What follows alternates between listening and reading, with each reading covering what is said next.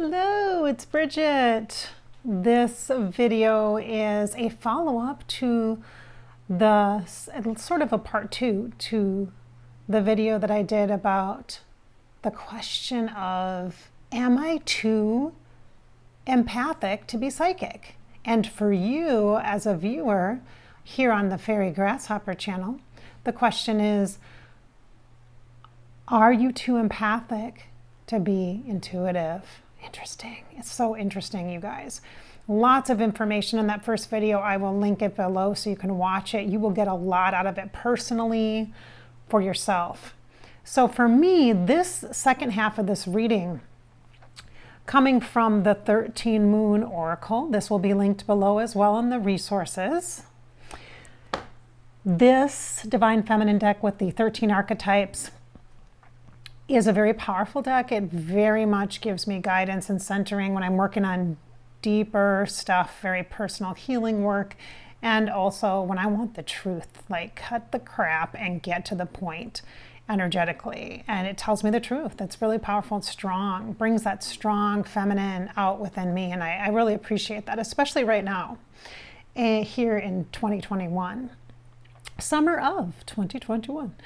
And so this part for me is a personal connection to specifically mediumship and being psychic in a way that is mediumship oriented. Now, mediumship, if you're not familiar, is afterlife connection specifically. So when someone channels a loved one, or you have a session with a person that's a psychic medium, or that calls themselves just a medium, they're a bridge to the afterlife, a voice for connecting with your loved ones, your friends, your family, etc., who have died and who are in spirit form, pure spirit form. And as well, psychic mediums also work sometimes with channeling, like I do on Above Life channel. Above Life channel on YouTube is a afterlife channeling, weekly channeling session with afterlife celebrity guests. So that's kind of cool.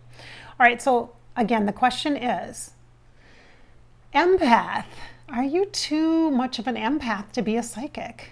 Are you too much of an empath to be a medium specifically and communicate with the afterlife? Are you too much of an empath? Are you too sensitive, feeling, too sensing, too much feeling, too much energy to be intuitive? Whether you're being intuitive for yourself in your life or for others, okay? All right, so for me, I'm going to read this from my perspective and then I'll try to expand it so that you can glean from the cards, the colors, the symbolism, the words, information that will help you in your very real day-to-day life as an empath, because you're very empathic, you're processing energy through your heart space, and that's what empath means. All right, so the first card that I got was the Muse. So the Muse is very connected to fairy grasshopper, as you can imagine, like the butterflies, energy of the wings and the beautiful fairies. Fairies are known to be creative and playful, divine inner child, to be more lighthearted, and that's how fairy grasshopper in and of itself, my business name, started years ago, many years ago. I was taking mediumship way too seriously. Like I was so concerned about being so accurate, so right, giving people exactly what they needed so that they could magically heal in one session with me. And I'm like a human person, okay? I am not Jesus, all right? So I am not the ultimate wave the magic wand miracle worker.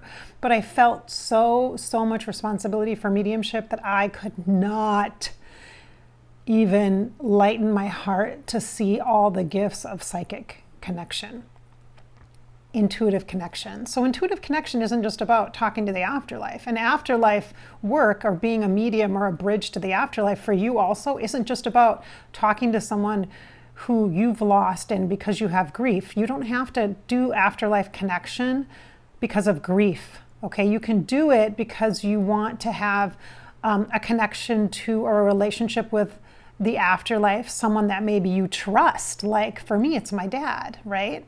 And now I have a client who's in the afterlife that I can hang out with and ask her questions, which is awesome.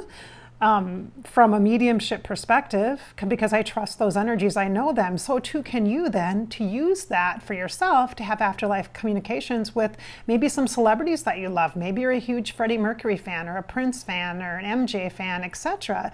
You can do that. You're not interrupting them, but you can do it through knowing the loved ones or the people that you have that are kind of able to connect for you and to work with the discernment. So for me, I needed to be lighter hearted about it. Like I took it way too seriously at first. And so fairy grasshopper came from the concept of fairy grasshoppers being a magical student. So to allow within me that whimsical energy of embodying the beautiful sweetness of the connection and allowing the creative process of intuition to flow through me. And so many metaphors here on this card. The color of the green connected to the heart chakra, empath, and also to the throat chakra, that kind of turquoise topaz color here. See, turquoise topaz color here. The throat chakra, which is communication channel and center. So the heart and the throat working together for the muse-like energy, which is really an anthem for empaths.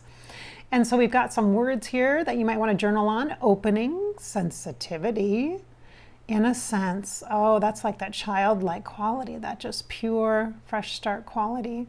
Creativity, inspiration, and vulnerability. Oh my, there's so much work. Like Brene Brown, if you're interested in learning more about the power of your vulnerability, you can Google up Brene Brown, B-R-E-N-E, Brown.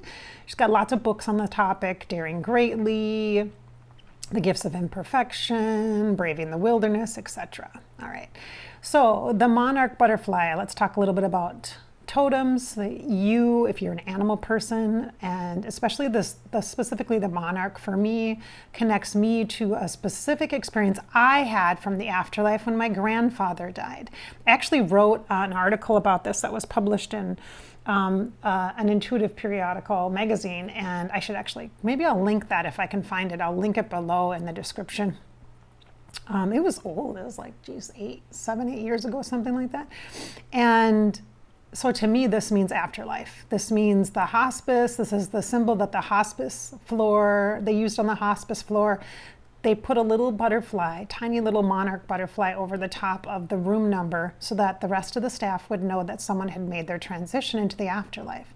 So the monarch butterfly represents change, and for me personally, transition, the bridge. And for many of us, it represents change, right? Yes. So here we are. And look at the water, the energy of water connecting to the empath and the flow. Yes, look at the dolphins and the magical energy of the dolphins. For those of you who are Starseed or really into Starseed or astral energy, this is a little nod for you. Hello, Lemuria. Or, I'm sorry, hello, Atlantis. Hello, Atlantis. Hello to my Atlantean friends. I don't know where that voice came from. Probably the creativity of the muse, being playful. So this is a message for you in part as well as for me today. Don't be so serious about the afterlife connection, because part of my contemplation has been, oh my gosh, should I actually start doing psychic sessions again? Should I start doing psychic mediumship? It's so much effort or work. It feels like such a big responsibility. It feels so hard. And so I'm like, yeah, it's because I'm making it that way. Right. Like, can't heal everybody. I'm not, like I said, I'm not Jesus. I can't be healing everybody miraculously. You got to have more than one session, apparently. Oh my goodness. All right. So the next one that we have is, and this is an archetype. Remember I said there's 13 archetypes in this Divine Feminine deck. The Muse is one of them. If you like fairy energy, connected to that as well. This one, I love this. This is the Sri Yantra. I actually have a ring. I just took it off because I washed my hands, put some lotion on, that I was wearing this morning, actually. That's the Sri Yantra. I love this. It's an energy vibration. It's a sacred geometry shape, which sacred geometry does provide structure, which is what it says at the top of this card. This actual energy, this archetype is the goddess of compassion. The power of this for you in your mind, you could utilize or play with words for your journal. Distill, penetrate, expand, and transmute. We're working really on the bridge. So these two cards, we're asking specifically about being an empath and if you can do psychic work, if you can be intuitive for yourself. And this is bridging the energies of letting it not be so serious, being playful with it, being okay that it's creative and playful. Yes, even though you're talking to dead people, it seems really serious and very morbid. It's not. It's not. It doesn't have to be. We as empaths have to change this.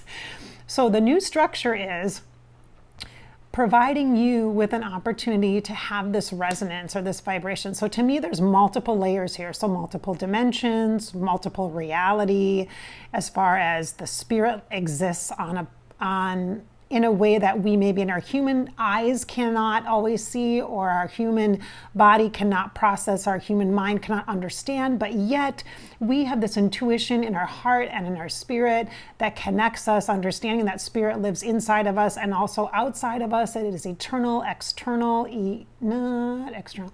It is internal and external, which means it's eternal and it lives on. There's no beginning, middle, and end to spirit. It's always spirit. There's no difference. It's always the same. It's always one, right? The same one.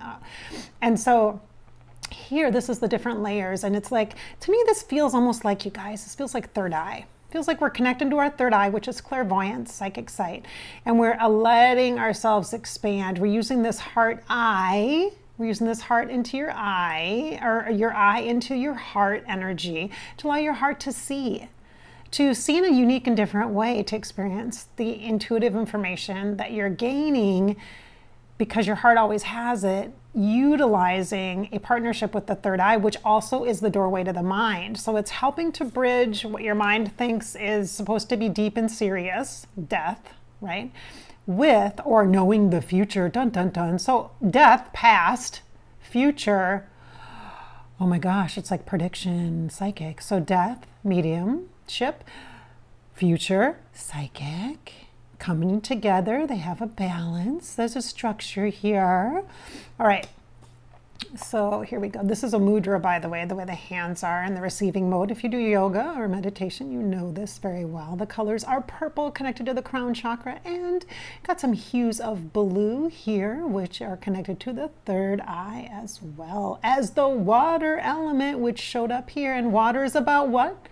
Hello, empaths. Do you remember? Emotion. Feelings. Okay, so let's see. This is the sacred tool of the mudra, yantra, and mantra. So mudra is the motion, movement. Yantra, I can't recall. And the mantra is like what you do in meditation, right? So the repetitive, when you're in a meditation, if you're repeating the same word over and over again, like a Deepak Chopra kind of thing, like so hum, or sat, chit, ananda. That's one of my favorites. Sat, chit, ananda. Or if you're repeating a mantra like, I am love, I am love, I am love. Reoccurring thoughts or affirmations can be considered a mantra when it's a short statement or a phrase that you repeat over and over and over again. All right. Okay, so here we go. This is a bridge connecting structure with what seems ambiguous communication, specifically afterlife mediumship.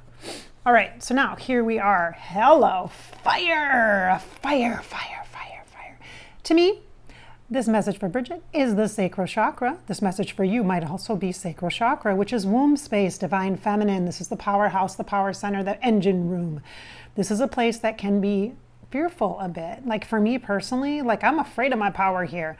And maybe physically in physical body, I've had a lot of experiences because I've had 4 children. Yes, I have had 4 children, all natural. And so therefore, that is a place that has a lot of energy for me, connected to my role as a mother. Now, the divine feminine mother, motherhood, energy of nurturing nurturer is the empathic anthem.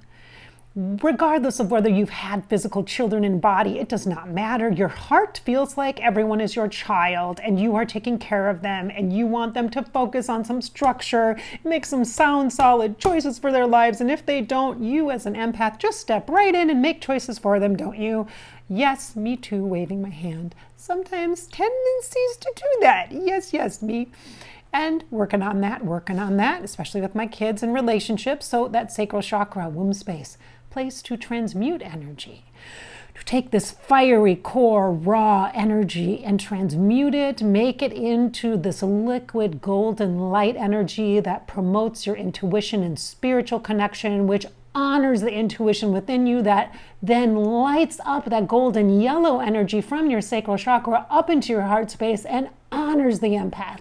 supports the empath, gives you light as an empath. Not heavy, light. Energy of pure golden light. That yellow sun energy, the leadership energy, the kind warmth energy that you already have in your heart. The womb space is the space that you can really use like a big pot of boiling water to change, transmute a situation or circumstance and past experiences, whether in this lifetime or others, and past cycles or patterns of beliefs, which is what we want to transmute and change and turn into liquid golden light energy that comes up into the intuition and up to support the heart. And there you are in your power, like a figure 8. There we are, infinity symbol. So this is the primal goddess, an archetype that is almost like what I would say, hello, polar opposites. This is like squad goals here for us as empaths.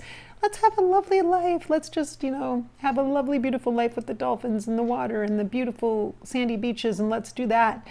And then here's the intensity, the workhorse, the energy of the power, the warrior, the misunderstood parts of the feminine that gets raging and angry and upset and is called all sorts of names, some beginning with the B, that we will not say here because it's not worth it.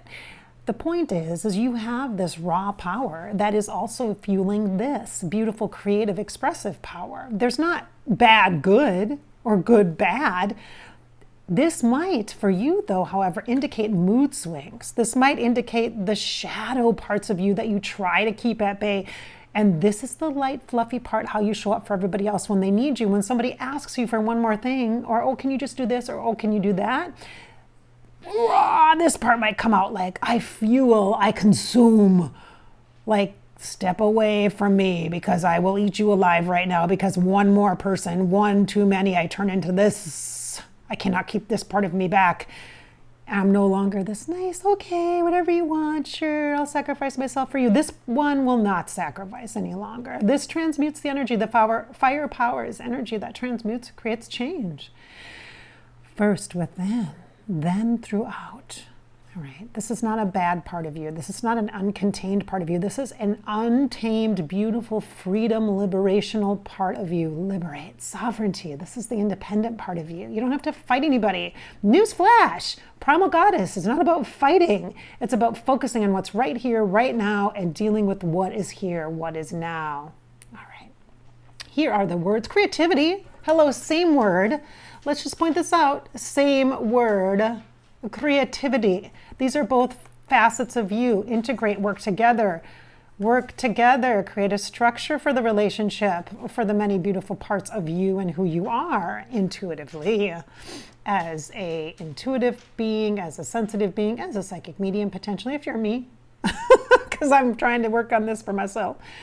Creativity, passion, instinct, freedom, body, wisdom, aliveness. There's a piece here too about desire, dreams and desire. You're not just here to live for everybody else and keep everybody else happy and keep everything content, keep everything organized and structured for everyone around you. You are here to explore and experience and discover the incredibly gorgeous parts of yourself that are uncontrollable, that are sometimes untamed, which is beautiful and vibrant and alive with energy. And desire is a part of that.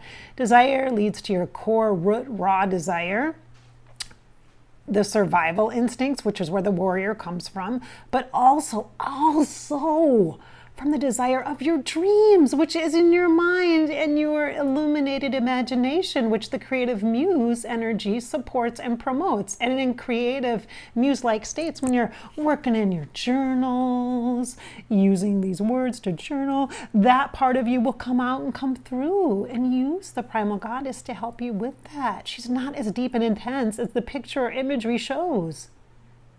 She is however you choose to show up and be an expression. And so, as an empath, should I be intuitive? Of course you should. Yes, you are your own inner healer. To understand that you have such variety and diversity within you, it transcends everything that society has set out for you as structured, specific, labeled. Okay, we don't fit into neat categories anymore. We are using this core base of sacred geometry that's found in nature and in infinite wisdom. We are no longer contented living with the old tools and the old archaic caveman-like tools. We are using vibration and mudra and mantra and elements and totem animals and fairies and star energy and all sorts of incredible advanced energy technologies are available to us. And it starts simple within the heart energy of the empath. You are the library. You certainly are. So that's what this is. This is hope. That's what hope looks purple to me. Let's just say that. It does. It's very purpley, very crown chakra, divine feminine. This feels very feminine, feminist. I like this. This feels very Bridget-y. So this again came from the 13 Moon Oracle cards. I feel really good doing this reading for you right now. I feel so good with this, you guys. I'm so impressed and inspired by this. I'm going to keep this on my altar, sacred space, for a while and use this to fuel me as I am creating for you specifically some stuff around being an empath. There will be services and coaching and all sorts of sweet stuff to support the empathic nature, the intensity of you and the sweetness of you and the relationships as such, which is what is the expression of the empath, the true expression. This also includes afterlife, intuitive connection, spirit connection, as well as being intuitive for your life here, present, now. All right. Thank you so much, Fairy Grasshoppers, for being here. I look forward to connecting with you again. I hope you are inspired by these card readings. Again, there will be resources in the links below. Do not skip by those. If you haven't already, please subscribe so that I know that you're here. And if you want to make a comment or share, I'd love to know that you are watching, embodying, and sometimes I get really unique points of view and perspectives here, which I love to have that because other people will read your comments and they will learn and grow from you. It is definitely an amplification of energy, and I so appreciate you and love that about you being here and watching the video here now. All right. I hope I've inspired your spirit today, filled you with hope, and encouraged you to live your life. It's your life after all, Ms. or Mr. or Mix Empath. You are on purpose, on point, and very inspiring. Thanks for being here.